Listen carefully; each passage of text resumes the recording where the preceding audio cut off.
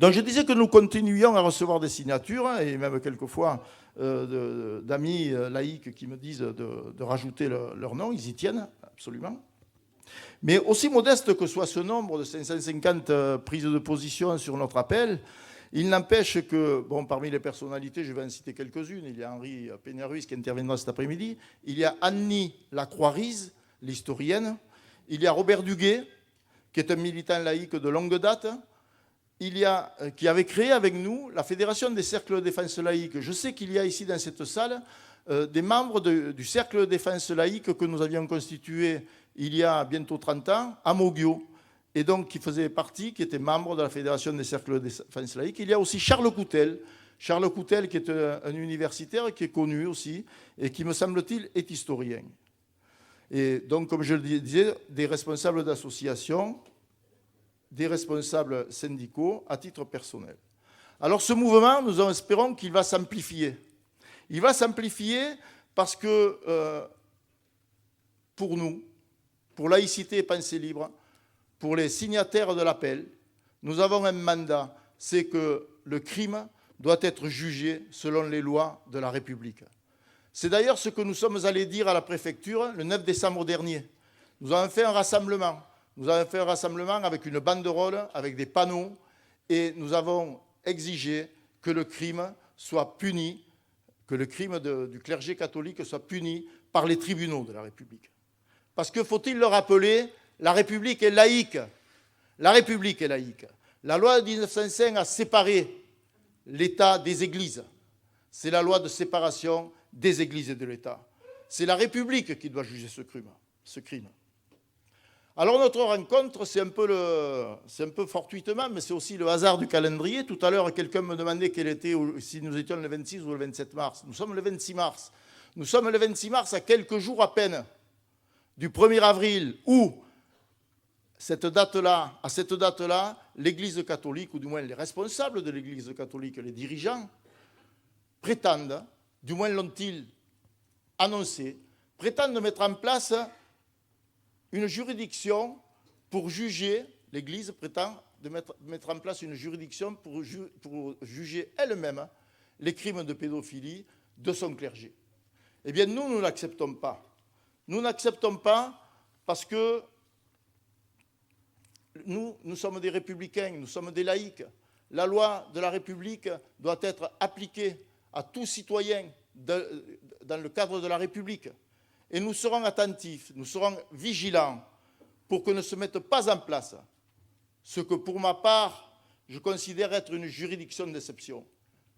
Ce sera un débat, cette expression, disons, la caractérisation, l'appréciation des tribunaux qu'entend mettre en place l'Église catholique.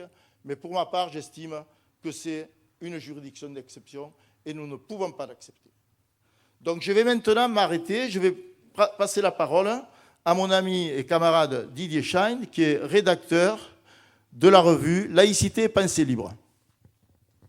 Oui, bonjour à tous. Je ne suis pas le seul rédacteur de la revue Laïcité et Pensée Libre. Cette revue est animée par beaucoup de rédacteurs. Je vous transmets d'ailleurs le salut du comité de rédaction de la revue. Mais il y a dans la salle pas mal de rédacteurs, puisque, comme vous le savez, la revue est composée avec des articles venant d'un peu partout, hein, des camarades divers dans le pays. Donc, je vais essayer de démontrer comment on est arrivé à un tournant du point de vue de l'histoire de la Ve République. C'est-à-dire que cette Ve République qui avait, au point de départ, une forte vocation corporatiste, qui s'est manifestée notamment par le référendum de 1969 organisé par De Gaulle, cette République, entre guillemets, qui n'est pas notre République, parce que nous sommes pour la République laïque. Celle-là, visiblement, ce n'est pas une République laïque, puisque vous connaissez toutes les lois qui permettent à l'Église d'avoir ses propres écoles financées par les fonds publics. Donc, malgré la situation nouvelle qui est créée par cette montée en puissance de la barbarie et des crédits de guerre en croissance exponentielle qui aboutissent à des situations comme en Ukraine où on ne sait pas où on va, nous avons tenu à maintenir cette réunion. Nous savons en effet d'expérience que les guerres sont une aubaine pour tous les crimes secondaires, si je puis dire, comme en témoigne l'affaire des bébés volés en Espagne, et dont le procès ne s'est ouvert que très récemment, avec 50 ans de retard. Rappelons quelques-uns des termes soumis à la signature qui sont sans ambiguïté. Les criminels, quels qu'ils soient, doivent répondre de leurs actes tout autant que la hiérarchie qui les a protégés. Ils doivent être jugés selon les lois de la République. L'Église est fautive, sa hiérarchie est complice, c'est à l'Église d'assumer ses actes et d'indemniser les victimes. La loi doit l'y contraindre. L'Église, séparée de l'État, relève, en matière judiciaire, des lois de la République et d'aucune autre. La République ne saurait tolérer aucun régime d'exception. En 1905, la loi a imposé la séparation des églises et de l'État. Il est grand temps de revenir à ce principe démocratique, arrêt du financement de l'Église catholique par l'État. Voilà quelques-uns des thèmes qui étaient développés dans la pétition que vous avez tous signée. Lors de nos derniers comités de rédaction, un camarade posait la question : comment est-il possible que la justice n'ait pas mené l'enquête sur ces crimes ? Nous sommes en principe dans un État laïque. N'y a-t-il pas de justice indépendante pour traduire les criminels devant les tribunaux ? Nous sommes face à des exactions épouvantables qui meurtrissent et détruisent des enfants. Il y a crime de viol répétés pendant des années et les coupables ne sont pas punis. Comment est-ce possible ? Où est la République ? Effectivement, la question est tarot de chacun d'entre nous. Comment est-il possible que ces crimes n'aient pas été jugés ? L'Église n'en est pas à son premier forfait. Vous avez peut-être vu à la télé récemment le film Philomena, qui relate l'histoire d'une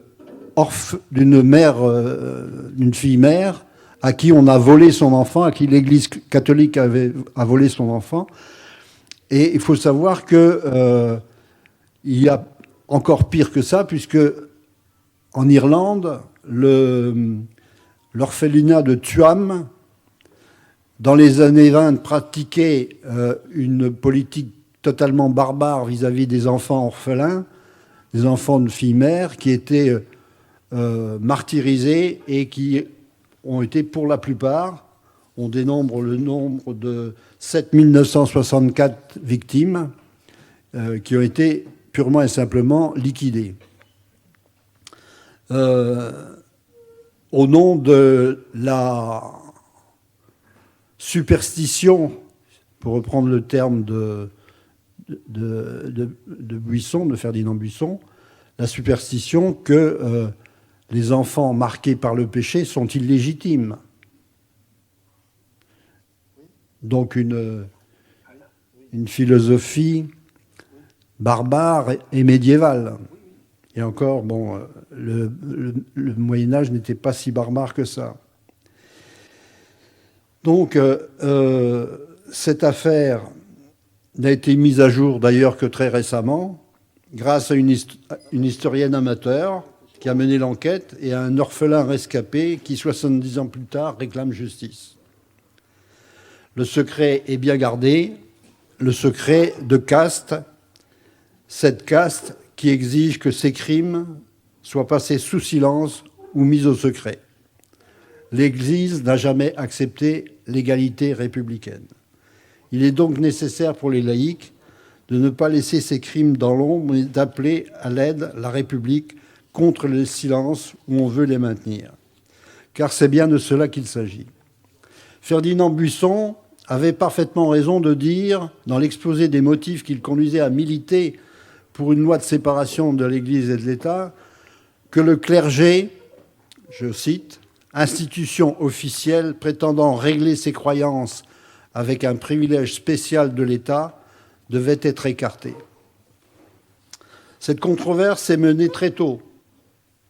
Déjà au XVIIe siècle, le grand philosophe hérétique Spinoza, qui vous avait été excommunié, bien qu'il n'était pas catholique, il a été excommunié de sa communauté, qui avait développé sa pensée dans une des premières républiques d'Europe, celle des Provinces-Unies, écrivait « Le grand secret du régime monarchique, c'est de tromper les hommes pour les tenir asservis. » Et il ajoutait « Comment concevoir rien de semblable dans un État libre et quelle plus déplorable entreprise puisque rien n'est plus contraire à la liberté générale que d'entraver par des préjugés le libre exercice de la raison de chacun. »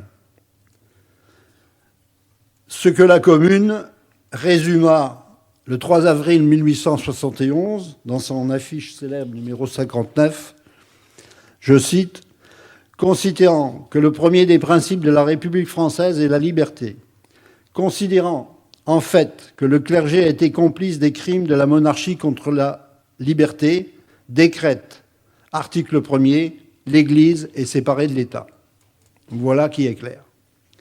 Le clergé, cette caste survivante des révolutions du XIXe siècle, accroché à ses privilèges, qui a sévi pendant des siècles, continue de sévir à la faveur d'une constitution bonapartiste, celle de la Ve République, avec des guillemets à République. Les affaires de pédophilie sont trop nombreuses pour être considérées comme des cas particuliers. Il y a une littérature abondante sur cette question. Prenons quelques exemples, donc je vais être amené à vous faire des citations. Boston, États-Unis.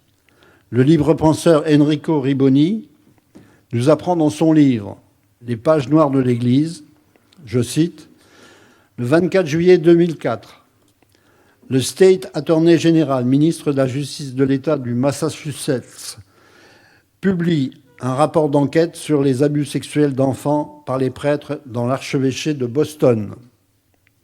On y apprend que plus de 1000 enfants auraient été abusés sexuellement, que l'abus d'enfants était accepté et couvert par la hiérarchie pendant au moins 6 décennies. Vous voyez, c'est le décalque du rapport Sauvé. Et que les abus ont été tellement massifs qu'ils sont presque incroyables. Le rapport indique ainsi que l'archevêché n'a pas pris et ne prévoit pas de prendre des mesures adéquates pour déterminer les causes systémiques des abus sexuels par les prêtres, éliminer de l'organisation les prêtres ayant commis des actes pédophiles, prendre des mesures suite à son échec et à prévenir les abus sexuels d'enfants, donner les informations à la justice civile et prendre des mesures pour prévenir de futurs cas d'abus sexuels. Deuxième citation. En Allemagne, plus récemment, une dépêche de l'AFP du 20 janvier 2022 nous apprend Benoît XVI. Vous savez, Benoît XVI, c'est le pape à la retraite. Est visé par un rapport visant à pointer la responsabilité d'ecclésiastiques qui ont fermé les yeux sur des actes commis entre 1945 et 2019. Un rapport sur les abus sexuels envers des mineurs dans l'Église catholique en Bavière doit clarifier jeudi si Benoît XVI et d'autres ecclésiastiques de haut rang ont couvert un prêtre pédocriminel dans le passé. Le pontife émérite de 94 ans, qui vit retiré au Vatican depuis sa démission en 2013, a fait parvenir aux avocats une prise de position détaillée de 82 pages sur le sujet, dont le contenu est très attendu.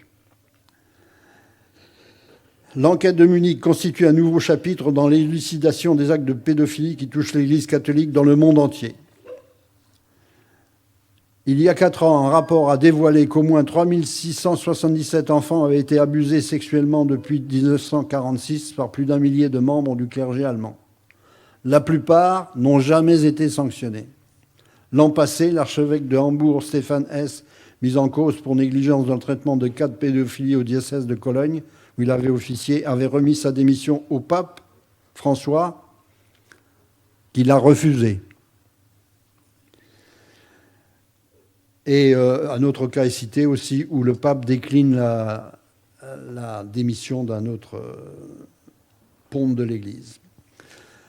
Alors la question se pose, cas particulier ou système? On le voit, ces affaires remontent toujours au sommet de la hiérarchie, c'est-à-dire à celui qu'ils appellent le pape. La meilleure définition du caractère systémique de l'institution est donnée par un spécialiste, Monseigneur, car c'est comme cela que ces personnes se font appeler, Monseigneur Éric de Moulin-Beaufort, qui s'est rendu très célèbre. Voici ce qu'il explique lors de la conférence des évêques à Lourdes en novembre 2021. Il nous faut bien le reconnaître et le confesser. Nous avons laissé se développer un système ecclésiastique qui, loin de porter la vie et d'ouvrir à la liberté spirituelle, abîme, écrase, bafoue des êtres humains et leurs droits les plus élémentaires. Bon, c'est lui qui parle. Hein. Donc, constatons que dans chacune de ces affaires, il y a une constante. Échapper à la mise en examen, échapper à la justice, laisser passer le temps pour étouffer la vérité. Venons-en au rapport Sauvé qui nous occupe en France. Rien de nouveau par rapport à ce qui vient d'être dit. Là comme partout, la règle du secret, le silence, toujours et jusqu'à la prescription quand c'est possible. Ce sont les victimes elles-mêmes, en donnant leur témoignage, qui vont contraindre la hiérarchie catholique à prendre les devants. C'est à Lyon qu'une association de victimes va s'adresser à la justice et déposer plainte contre un prêtre connu de tous pour ses pratiques. Cette démarche va même permettre le tournage d'un film dans lequel le cardinal Barbarin lâche son cri du cœur « Grâce à Dieu », et c'est le titre du film, « Grâce à Dieu, les faits sont prescrits ». La justice de Dieu, c'est donc la prescription. Mais voilà le grain de sable dans les rouages bien huilés du silence ecclésiastique. En s'adressant aux tribunaux de la République, les victimes ont contraint un prédateur et ceux qui l'ont couvert à répondre de leurs actes comme tout citoyen coupable de crime. Ainsi, l'abbé Prénat, violeur pédophile récidiviste, sévissant à Lyon, fut-il condamné à 5 ans de prison ferme et le cardinal Barbarin à 6 mois de prison avec sursis. Je citerai un article de mon camarade Laurent Tribouillard, à qui je pique une partie de son intervention, qu'il a publié dans le numéro 12 de la revue. Voilà ce qu'il dit. En novembre 2018, la Conférence des évêques de France, CEF, et la Conférence des religieuses et religieux de France confient la création de cette commission à Jean-Marc Sauvé. Donc vous voyez, tout se passe dans le cercle du clergé. Pourquoi ?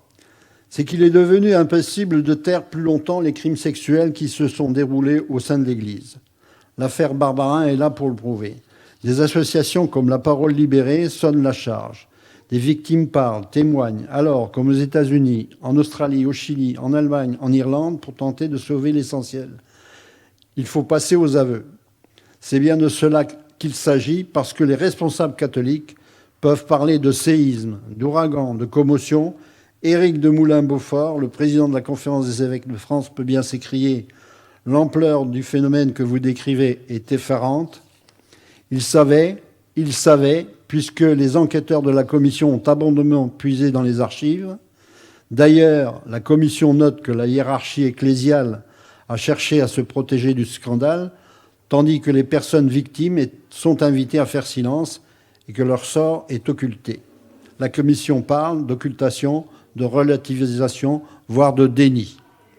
Donc, pour sauver l'essentiel, l'Église nomme Jean-Marc Sauvé, fervent catholique, ex-novice des Jésuites, préfet, secrétaire général des gouvernements Juppé et Jospin, vice-président du Conseil d'État, catholique, dévoué aux intérêts de l'Église. Celui-ci n'aura d'autre choix que d'effectuer une enquête, certes scrupuleuse, mais pour formuler 45 recommandations et passer le témoin à l'Église. Il déclare « Notre espérance ne peut et ne sera pas détruite. L'Église doit faire tout pour rétablir ce qui a été abîmé et reconstruire ce qui a été brisé. Passer le témoin à l'Église. Tout doit être placé sous contrôle et il faut pour cela échapper à la justice d'État. » Et c'est là que se produit le basculement, c'est là que le gouvernement Macron, Castex, Darmanin vont permettre à l'Église de trouver son salut, notamment en écartant la commission parlementaire d'enquête demandée par le Parti socialiste et Témoignages chrétiens. Car qui dit commission parlementaire d'enquête dit ouverture publique de tous les dossiers, et c'est précisément ce que redoute la hiérarchie catholique. Il décide donc de passer outre la loi de 1905, qui ne reconnaît qu'une seule justice, celle de l'État, liberté donnée à la hiérarchie catholique d'être juge et partie, et d'organiser sa propre commission d'enquête, la SIAZ, commission indépendante, s'il vous plaît, pour les abus sexuels dans l'Église, et de l'affubler de l'épithète indépendant, comme je viens de le dire. Comme les badauds devant la table de l'escamoteur, certains n'ont pas vu ou n'ont pas voulu voir le tour de passe-passe. Nous l'avons vu et c'est pourquoi nous sommes ici. Nous, laïcs, et il faut le dire et le publier, dès la mise en place de la commission Sauvé, l'État laisse l'Église organiser sa propre justice. Cette commission agit comme une commission d'enquête, mais dont les dossiers sont tenus secrets. Il s'agit donc d'un coup de force contre la loi de 1905, d'un coup de force contre la laïcité, de la mise en place d'un régime d'exception, d'une justice parallèle. Il s'agit d'un coup de force contre le principe même de la République. Pour la première fois depuis longtemps, et il faudrait rechercher exactement depuis quand, je n'ai pas eu le temps de le faire, l'État déroge aux principes fondateurs de la République qui sont, je vous le rappelle, selon les constituants de 1789, la nation étant l'origine de tout, elle est la loi même. La constituante du 5 juillet 1790 déclare qu'il serait fait un code général des lois simples, claires et appropriées à la Constitution, prolongeant la Déclaration des droits de l'homme du 26 août 1789, le principe de toute souveraineté réside essentiellement dans la nation. Nul corps, et le clergé est un corps, nul individu ne peut exercer l'autorité qui en émane expressément. Article 3. Et la loi doit être la même pour tous les citoyens étant égaux à ses yeux. Article 4. Telle est la République laïque pour laquelle nous combattons. L'Église n'aime pas la République, cette gueuse. Elle n'aime pas plus l'égalité. C'est pourquoi elle n'a jamais vraiment accepté d'être privée de son autorité de corps. Elle n'aime pas la République, mais la Providence a mis sur sa route un président qui aime l'Église et veut lui rendre ses privilèges de corps. Le premier président de cette République, Charles le Catholique, homme aussi providentiel que le comte de Falloux, qui avait rendu à l'Église une tâche que la Commune de Paris lui avait enlevée, celle de disposer d'écoles financées par les fonds publics, ce fut la loi Debré et les autres. Le 8e président, lui, Macron, pour ne pas le nommer, qui affiche tout de go la volonté de réparer le lien abîmé entre l'Église et l'État, lui restitue un privilège d'ancien régime, celui d'organiser un quasi-ministère de la justice, l'autorise à agir en dehors du principe de souveraineté comme un corps échappant au principe républicain. Il est annoncé, comme l'a dit Alain tout à l'heure, que le 1er avril doit se tenir un tribunal pénal national interdiocésain, où les juges seront des clercs. Autrement dit, les faits commis par des clercs seront jugés par des clercs. Se tiendra-t-il ? Il est annoncé. Je n'ai pas trouvé de contrat, donc nous verrons bien. Mais en attendant, cette justice particulière, justice d'Église, est à l'œuvre.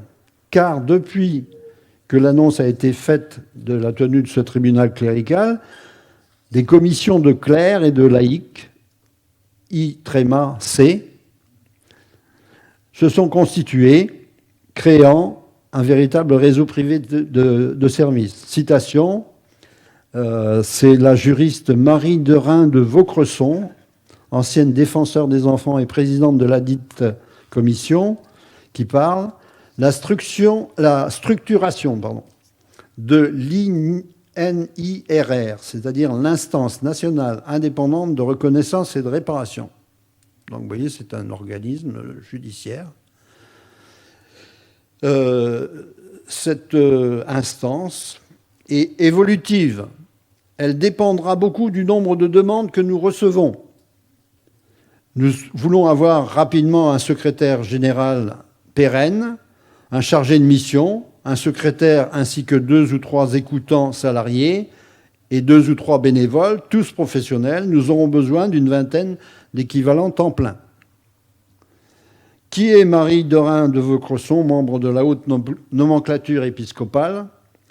Elle a été nommée présidente de l'INIRR par les évêques. Elle fut vice-présidente des Scouts et Guides de France, comme Sauvé. Elle est proche des sommets de l'État et conseillère auprès de la ministre Laurence Rossignol. Le personnage pivot de cette justice particulière est l'écoutant. L'écoutant présentera une synthèse à un collège d'experts qui se réunira régulièrement et validera la démarche proposée. 2 mots sont totalement absents de cette prose abondante, coupable et condamnation. Car dans la justice d'Église, on indemnise les victimes, mais on ne punit pas les coupables. Oui, mais nous dit-on, les évêques ont la possibilité de signer des protocoles avec la justice pour que des coupables soient poursuivis. En effet, depuis quelques semaines, la signature de tels protocoles est annoncée. Citation, le courrier Picard du 6 février, sous le titre « Une meilleure communication pour une meilleure justice ». Je cite, « Jeudi, un protocole relatif au signalement et au traitement des dénonciations d'infractions de nature sexuelle a été signé par la procureure générale près la cour d'appel d'Amiens, Brigitte Lamy, et les évêques d'Amiens, Monseigneur, il y a toute une série de Monseigneurs. Ce protocole prévoit notamment qu'en cas d'infraction, les évêques devront en informer sans délai la justice, tandis que les autorités civiles les informeront des suites de la procédure. Tout reste donc à la discrétion de l'Église qui jugera de l'opportunité ou non du signalement. Il était temps, voilà 50 ans, que rien n'est signalé. Reprenons précisément les motifs de Ferdinand Buisson qu'il exposa à la Chambre des députés dès 1903. « Ce que j'entends détruire, ce n'est ni telle croyance, ni tel culte, ni telle pratique. C'est une institution officielle prétendant régler ses croyances, célébrer ce culte, ordonner ses pratiques avec un privilège spécial de l'État. Ce n'est pas la religion qu'il faut détruire, ce n'est pas l'association religieuse, c'est l'association ayant droit aux honneurs publics, comme si elle remplissait un service public mis au rang d'une institution de l'État. » Nous sommes exactement dans ce cas de figure. La loi de 1905, et son esprit, c'est celui de la Commune de Paris qui trouva face à elle Adolphe Thiers et la réaction bourgeoise flanquée de l'Église et du Vatican. Rappelons que l'Église n'a jamais accepté la loi de 1905 et qu'il y eut pas moins de 3 encycliques papales pour la condamner par des arguments d'autorité inspirés des guerres de religion. L'encyclique Vehementer Nos du 11 février 1906, celle de Gravissimo Officii Munere, je ne sais pas ce que ça veut dire, bon, mais il y a peut-être des latinistes qui vous le traduiront. L'encyclique Une fois en cœur du 6 janvier 1907, je cite, voilà leurs arguments, « Ce n'est plus seulement la foi chrétienne qu'on veut à tout prix déraciner du milieu des cœurs, ce qui est un contresens évident sur la loi de 1905, puisque la loi de 1905 commence par dire qu'elle respecte la liberté de penser et la liberté de croire. On a déclaré la guerre à tout ce qui est surnaturel parce que derrière le surnaturel, Dieu se trouve et que ce qu'on veut rayer du cœur et de l'esprit de l'homme, c'est Dieu. » Voilà leurs arguments. Et donc, je vais vous citer encore une citation d'un rédacteur de la revue Laïcité, Hervé Schubert, qui n'a pas pu venir aujourd'hui, mais qui a écrit un excellent article dans le numéro 12 que vous avez sans doute eu et que je vous recommande de vous procurer si vous ne l'avez pas. Et il explique à propos de la loi de 1905, précisément, la laïcité en France n'est pas un compromis. La laïcité institutionnelle inscrite dans la loi de séparation des églises et de l'État du 9 décembre est au contraire une formidable conquête démocratique et l'affirmation de la souveraineté politique d'État contre les prétentions d'une puissance religieuse, la catholique ici en l'espèce, à lui ordonner sa conduite. Dès son installation et sous les républiques suivantes, la loi de 1905 ne cessera d'être violemment attaquée par l'Église catholique, ce qui démontre qu'il ne s'agit pas plus d'un pacte républicain qui aurait été conclu entre les partis. Bien au contraire, il s'agissait bel et bien d'une rupture entre les deux partis que sont l'État républicain français et le Vatican. Ainsi, le pape Pie X a-t-il excommunié ceux qui rédigèrent et votèrent cette loi, excommunication qui n'a jamais été levée. En somme, la loi du 9 décembre 1905 résulte d'une décision unilatérale de l'État républicain français de rompre, sans négociation avec le pape, le traité de Concordat conclu en 1801 par le gouvernement de Napoléon Bonaparte et le pape Pie VII. La laïcité est donc finalement le refus catégorique de l'intrusion d'une puissance religieuse dans la politique, d'où le caractère fondamentalement anticlérical, mais pas antireligieux, de la laïcité. Fin de citation. Reprenons donc. Qui ordonne la conduite à l'État en l'occurrence? Qui, si ce n'est l'Église? Car enfin, imposer que seul le clergé doit enquêter, délibérer, entendre les parties, prononcer un jugement et indemniser les victimes, qu'est-ce donc qu'une capitulation de l'État devant l'Église? Appliquer la volonté de réparation exprimée par Macron devant la conférence des évêques au Bernardin en avril 2018, et vous avez la commission sauvée. Je rappelle la citation du président Macron. Pour nous retrouver ici ce soir, Monseigneur, nous avons, vous et moi, bravé les sceptiques de tous bords. Et si nous l'avons fait, c'est sans doute que nous partageons confusément le sentiment que le lien entre l'Église et l'État s'est abîmé et qu'il nous importe, à vous comme à moi, de le réparer.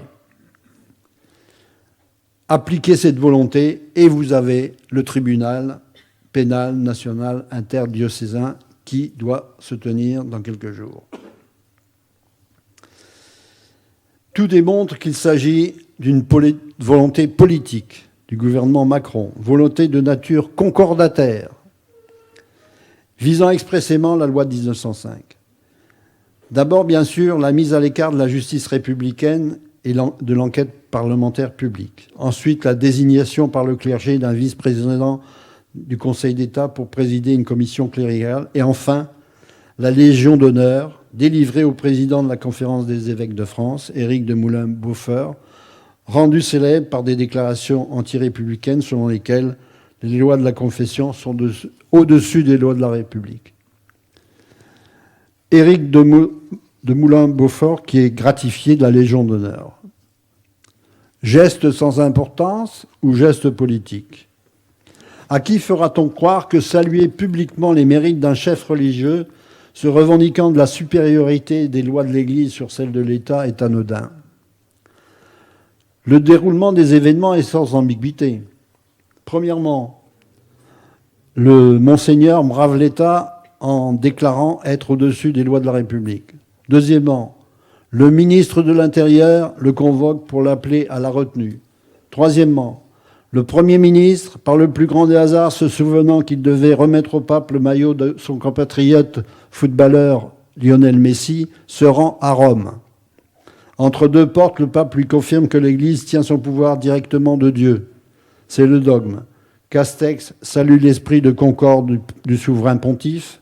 Quatrièmement, sur le conseil du président, le ministre Darmanin, nuitamment, en toute discrétion, va remettre la Légion d'honneur au curé rebelle en son palais du 7e arrondissement à Paris. Fermez le banc. En vérité, il s'agit bien d'un geste concordataire contre la loi de 1905, et pas seulement un geste.